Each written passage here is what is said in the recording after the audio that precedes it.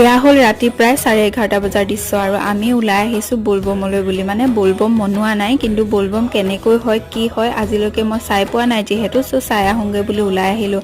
আৰু ৰাস্তাত ভক্ত দেখিছে কেনেকৈ খোজকাঢ়ি আহি আছে। আৰু আমি পাই গ'লোহে আমাৰ ইয়াতে থকা ৰঙানদী পাৰ। ৰঙানদী পাৰত বহুত ধুনীয়াকৈ মানে ভক্তসকলে পূজা অৰ্চনা কৰি আছে। আৰু শাওণ মাহত যিহেতু শিৱ বাবাক পুজিলে পোৱা যায়, যি বিচাৰে পোৱা যায় বুলি কয়। সকলোৱে ভক্তিভাৱে এয়া প্ৰাৰ্থনা কৰি আছে। সকলোৱে ইয়াতে এভাগ লিংগ বনাই তাতে পূজা কৰি আছে। মই প্ৰথমবাৰৰ বাবে দেখিছোঁ আৰু মনটো বহুত বেছি ভাল লাগিছে ইয়াতে আহি। ইমান এটা ধুনীয়া পৰিৱেশ। আৰু আপোনালোককো দেখাওঁ অকণমান ইয়াত কেনেকৈ দিহানাম গাই আছে, আপোনালোকে চাই থাকক।